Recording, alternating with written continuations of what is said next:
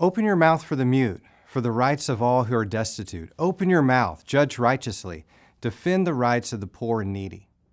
When you think about abortion in the United States of America, roughly 1,700 abortions occur every day in our country. In 2020, for instance, over 600,000 abortions occurred, according to the Centers for Disease Control. For every 1,000 live births, there are 195 abortions. That means for every 5 live births, there's 1 abortion. More than half of abortions are by women in their 20s. Most abortions occur in the first 13 weeks. In fact, the numbers estimate somewhere around 93.1%. If you were to add up the number of abortions between 2010 and 2020, the number of abortions in the United States would exceed 7 million. It's estimated that since Roe v. Wade in 1973 in the United States, that there's been more than 65 million abortions. When you think about abortion, what exactly are we talking about? We're talking about someone intentionally killing their child or having someone else intentionally kill their child. Medically speaking, abortion means the termination or the end of a pregnancy. Technically speaking, a miscarriage is called a spontaneous abortion. Now, that's a medical phrase that refers to the end of a pregnancy. Elective abortion, in contrast, are abortions where there is nothing wrong with the mother or child per se, but where a mother elects to end the life of their child. Again, for every 5 live births in America, there is 1 abortion. When we look at the first trimester, that's where most of these abortions occur. That's the first 13 weeks of a baby's life. And the procedures that happen in this first trimester vary depending on what's going on in the life of the mother. Many times it's by medicine, but sometimes it's by surgery. When it's done by surgery, the cervix is dilated and there's the scooping out of a child, or the child is vacuumed out. It's a procedure called dilation and curettage. Another procedure that's done, or a medication that's given in pregnancy, is a drug that's known as mifeprex. You might have heard it called RU-486 or mifepristone. This is a drug that works in a woman's body by blocking a necessary hormone that helps to maintain pregnancy, known as progesterone. This drug, mifepristone or mifeprex, is given typically in the first 70 days of a woman's pregnancy. Immediately after that, a woman would be given a drug about 24 to 48 hours, a drug known as misoprostol or Cytotec. This drug stimulates the muscles inside the woman's womb to contract and expel the embryo. And then roughly 7 to 14 days later, the mother would follow up with the provider. This is medical abortion in 2023. Now, as the baby gets bigger in the woman's womb, medication becomes less of an option when doctors go to perform abortions. Providers will practice something known as feticide, which is called or known as the killing of the baby.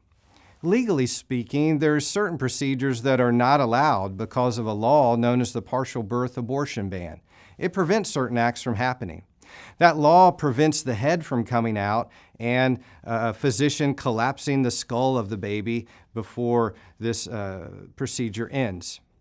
Once the baby gets bigger, doctors will do different things. They will cut the umbilical cord.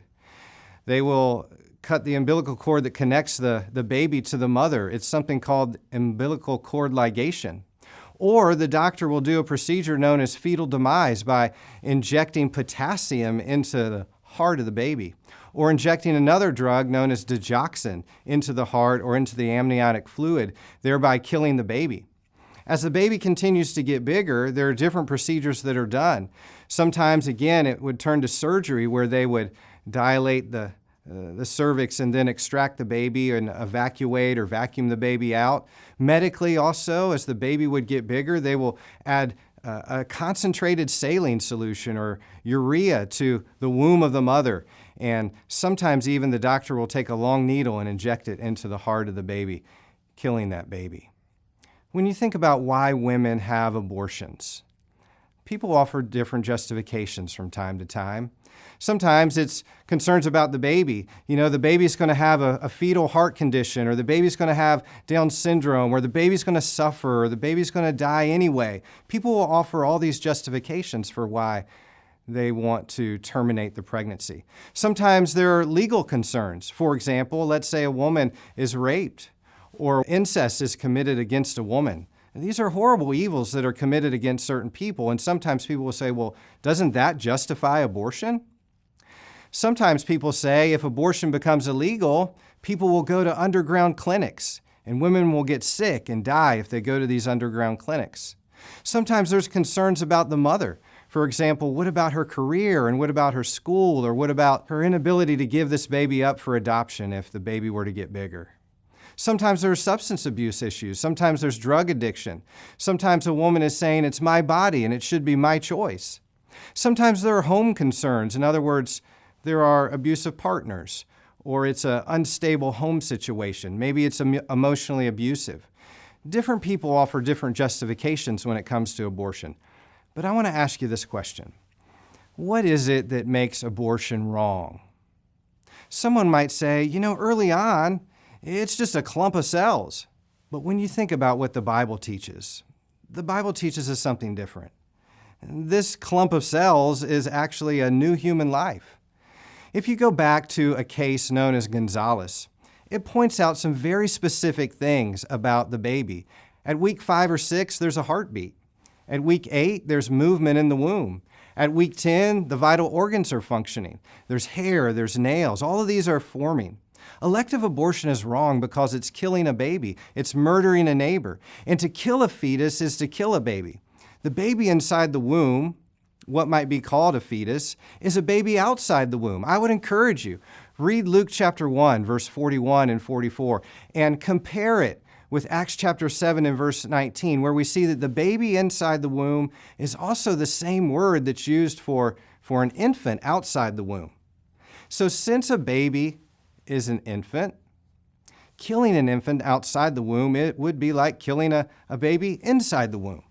I would encourage you to watch one of our videos on the value of human life, where we make a powerful argument for the value of human life from the point of fertilization. When you look in the Bible in Old Testament times, there were different practices that occurred. Killing infants, a practice known as infanticide, happened. Sometimes it was babies that were young. It was Pharaoh who would be killing male children by casting them into a river in Exodus chapter 1. In 2 Kings chapter 3, it was Mesha, the king of Moab, who offered his firstborn son as a burnt offering. Ahaz, he passed his son through the fire, and Manasseh burned his son on an offering. 2 Kings chapter 21. You see, killing an infant is killing a baby created in God's image. All human life is created in the image of God. It's created with dignity and sanctity. Killing a baby is killing our neighbor, and we must love our neighbors, not murder them. God condemns the shedding of innocent blood, Proverbs chapter 6, verse 16 and 17. And murder flies in the face of God, Romans chapter 1, verse 29, and Romans chapter 13 and verse 9. But we're thinking about what has changed in the United States with the overturning of Roe versus Wade. Let me give you a little bit of background before we get to the Dobbs case. Legally speaking, we are talking about the High Court in the United States of America, the U.S. Supreme Court. And in 1973, in this famous case known as Roe versus Wade, it made it a constitutionally protected right that women could have an abortion up to the point of viability, which would be during the second trimester around week 26. So viability is this point when a baby could survive outside the womb. Now, it made it a constitutionally protected right, which means it was a federal law that states could not regulate before this point of viability. So after viability, states could then offer regulations according to their specific desires in that specific jurisdiction. In 1973, Roe employed a trimester framework, 13-week segments, 3 of those. And as time advanced, what we've learned since Roe is this, that babies have continued to survive outside the womb at younger and younger ages. We move from Roe in 1973 to a famous case in 1992 known as Planned Parenthood of Southeast Pennsylvania versus Casey. Now, this case is interesting. It still upheld Roe and its essential findings. However, it did reject the trimester framework. It brought about this question about undue burden. And here's some language. States were forbidden to adopt any regulation that imposed an undue burden on a woman's right to have an abortion. What this case permitted, essentially, was permitted states and demanded that states not interfere in the life of a woman when she desired to go forward with terminating a pregnancy. We roll forward from 1992 to 2003, and there was a law known as the Partial Birth Abortion Ban. It's 2003. It forbade a baby from being partially delivered and then the baby being killed by crushing the skull or collapsing the skull or some other means when the baby was partially born. This was in 2003. In 2007, there was another case known as Gonzalez versus Carhart that upheld the partial birth abortion ban of 2003. And then in 2022, there was this landmark decision known as Dobbs versus Jackson Women's Health Organization. It essentially overturned Roe. The drama behind this case is kind of interesting. In December of 2021, the U.S. Supreme Court heard arguments in the case of this case known as Dobbs. And they heard the arguments, and then, interestingly enough, the results of this case were leaked early. Well, what was this case about? Mississippi had signed a law in 2018 banning abortion after 15 weeks of pregnancy. And at the center of the case, the public was wondering, is Roe versus Wade going to be overturned? At the time of Roe, 30 states prohibited abortion at all stages. In time, though, viability shifted. In the case of Planned Parenthood versus Casey, upheld this notion of Roe, but rejected the trimester framework. What we found that is, over time, in neonatal intensive care units, that technology and multiple medical advancements permitted babies to survive at a younger and younger age. And this trimester framework at 26 weeks was now becoming younger and younger and younger and younger over the decades. In fact, today, the earliest report we have of a baby surviving outside the womb is a young baby by the name of Curtis Mean. He was delivered at 21 weeks and 1 day. Now, to be honest, most babies that are born at this stage, they don't survive that young. But Curtis Mean did. So when we think about this case that we're talking about, on May 2nd, the Dobbs case and some information from that was leaked to the press. And then later, in June 24th of 2022, the final ruling came and was available and made to the public. I want you to listen to some of the language in this case. It's pretty fascinating. We hold that Roe and Casey must be overruled. The Constitution makes no reference to abortion, and no such right is implicitly protected by any constitutional provision, including the one on which the defenders of Roe and Casey now chiefly rely, the Due Process Clause of the 14th Amendment. That provision has been held to guarantee some rights that are not mentioned in the Constitution, but any such right must be deeply rooted in this nation's history and tradition and implicit in the concept of ordered liberty. They continue. The right to abortion does not fall within this category. Until the latter part of the 20th century, such a right was entirely unknown in American law. Indeed, when the 14th Amendment was adopted, 3/4 of the states made abortion a crime at all stages of pregnancy.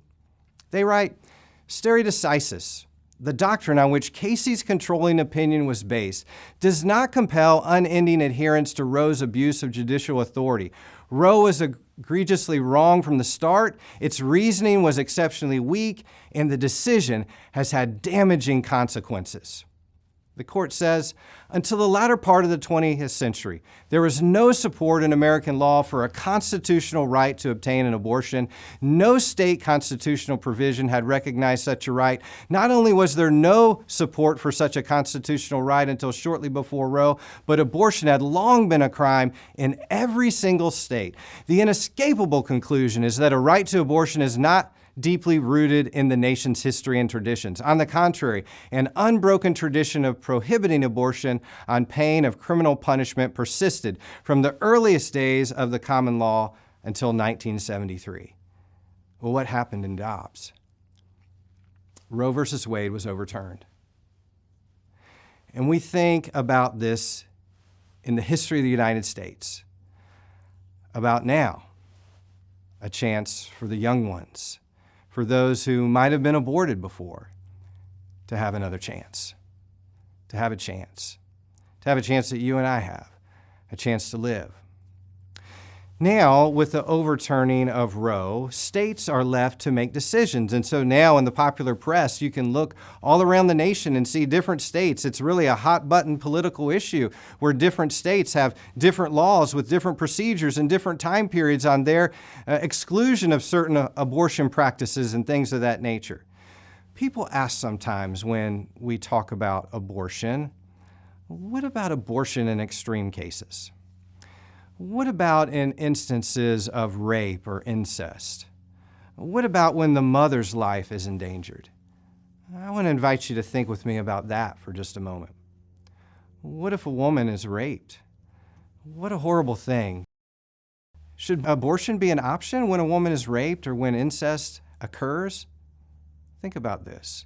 Think about a child or a teenager, just 15 years of age and getting pregnant. In July of 2022, the New York Times reported on a 10-year-old who was raped in Ohio, and a 27-year-old was charged in the case. With the fall of Roe, Ohio state law forbade abortion after around 6 weeks, with no exception for rape or incest. The patient was 6 weeks and 3 days pregnant. She ended up traveling to Indiana to have an abortion. We're asking this question, what about abortion in instances of rape or incest? I would invite you and encourage you to pour your heart into Romans chapter 12 and verse 21. And notice carefully what this text says. It says this, "Do not be overcome by evil, but overcome evil with good." When a person has an abortion, they're killing their own offspring. They're killing another life. They're murdering that life. That's an innocent human life. Why should people murder another human life? You know, two wrongs don't make a right. Paul would say in Romans chapter 12, do not be overcome by evil, but overcome evil with good, not overcome evil with evil. If you were to read Deuteronomy chapter 22 and verse 25, it says that rape under the old law was punishable by death. This shows us God's attitude towards rape. And so when we talk about a woman carrying a baby to term who has been raped or where incest has occurred, the point that we're arguing is this, that life is worth living. And the woman could give the baby up for adoption. She might have some trauma that is there. She might have a reminder of the fact that she was taken advantage of by somebody else when someone committed a crime against her. But why should we take the life of an innocent child? Abortion is forbidden by God. And it follows that abortion would be forbidden in instances of rape and incest. So taking an innocent life is certainly forbidden by God, even if that child was conceived in criminal circumstances or tragic circumstances. Our heart certainly goes out to women who have been taken advantage of, where a criminal act has been committed against them. God loathes that. We hate that people commit rape, and so does God. When people say that a baby should be carried to term in instances of rape or incest, it's not somehow excusing that rape is okay or that act is somehow justified. Rape is horrible. In fact, under the old law, it would have been punishable by death.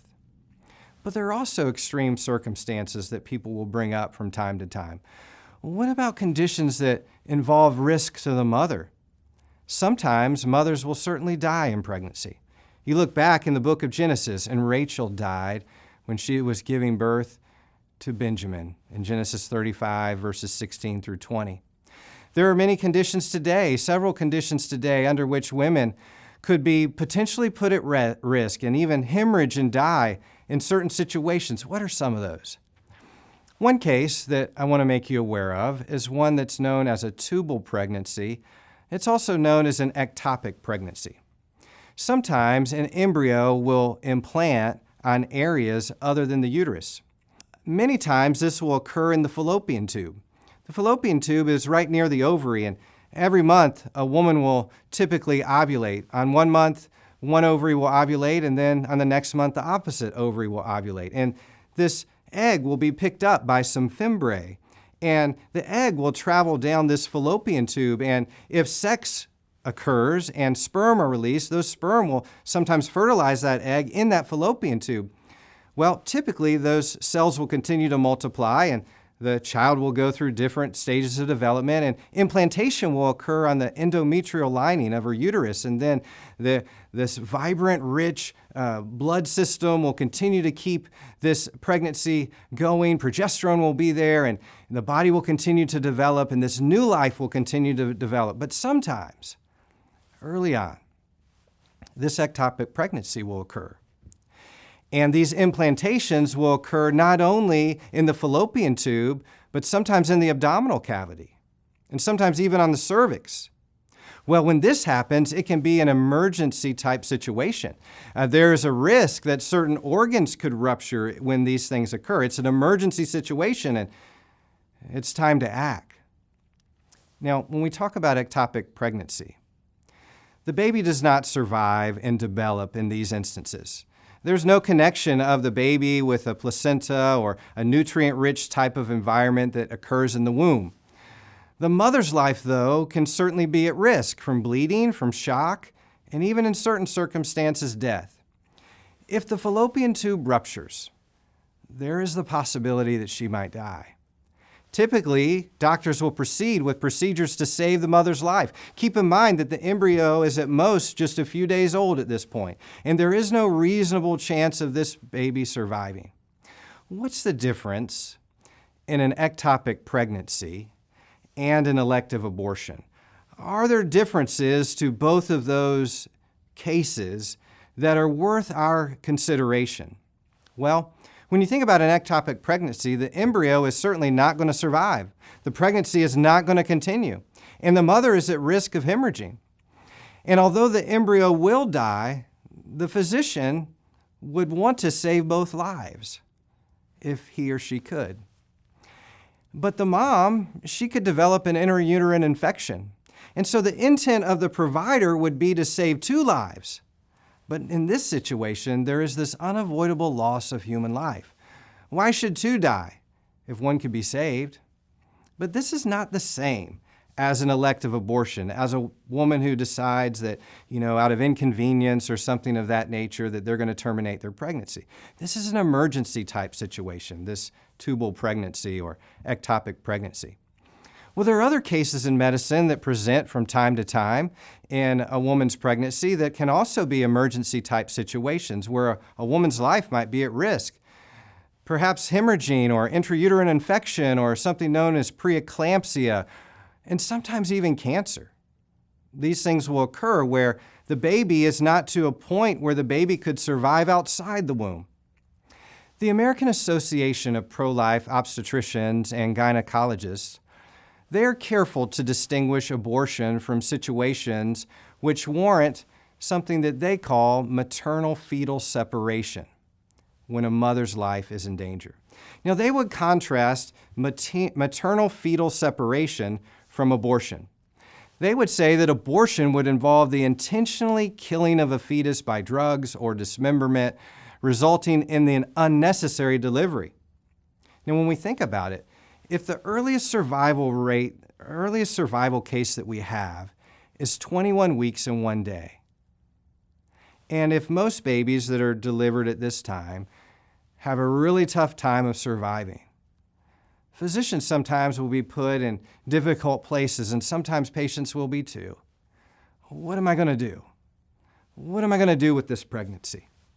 The pro-life physicians would recommend separating the baby from the mother in extreme cases and saving the life of the mother, but not dismembering the child, not injecting the baby with potassium chloride, not clipping the spinal cord or something like that, not intentionally killing the life of the child, if you will, by some direct means. They would desire to show dignity to the baby and respect the child and even save the child if at all possible. Their desire would be to save both lives. Incidentally, the pro-life physicians, they have a problem with the very language of the question, abortion to save the life of the mother. Elective abortion is intentionally killing an unborn. And the doctors, in this instance, they would want to save both lives. They would want to throw NICU resources and provide high-tech care to save the life of the baby to the best of their ability. You see, this is not abortion to save the mother's life. That's what they would argue. This is not abortion to save the mother's life. This is maternal-fetal separation. And they would desire to save both mother and baby if possible. They say we're treating two patients, both the mother and the baby, and every reasonable attempt to save the baby's life would be a part of our medical intervention. But they acknowledge that in some instances, the baby would be too premature to survive. Sometimes, medicine will throw, in situations and circumstances in life, will throw curveballs at people where they're making tough decisions regarding the future of their child and the future of their own health.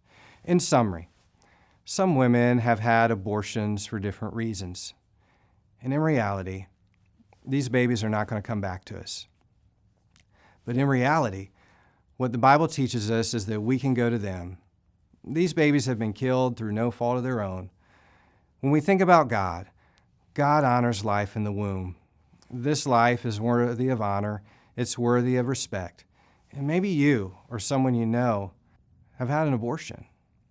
And maybe you suffer with shame or guilt. Maybe you suffer with the loss of your child. And I want you to know this. Jesus loves you. And Jesus can forgive you. If those people on Calvary that crucified Jesus were there some 50 days later and they could be forgiven when Peter said to them, repent and be baptized for the forgiveness of their sins, God can forgive a woman who's had an abortion. These babies, they deserve a chance. They deserve the ability to thrive and flourish. They deserve the same chance that you and I have. And I would encourage you to visit a Church of Christ in your area or seek one of us out online that we may help point you to Christ. You can have forgiveness for an abortion, but I would encourage you to choose life and open your mouth for the mute and for the vulnerable.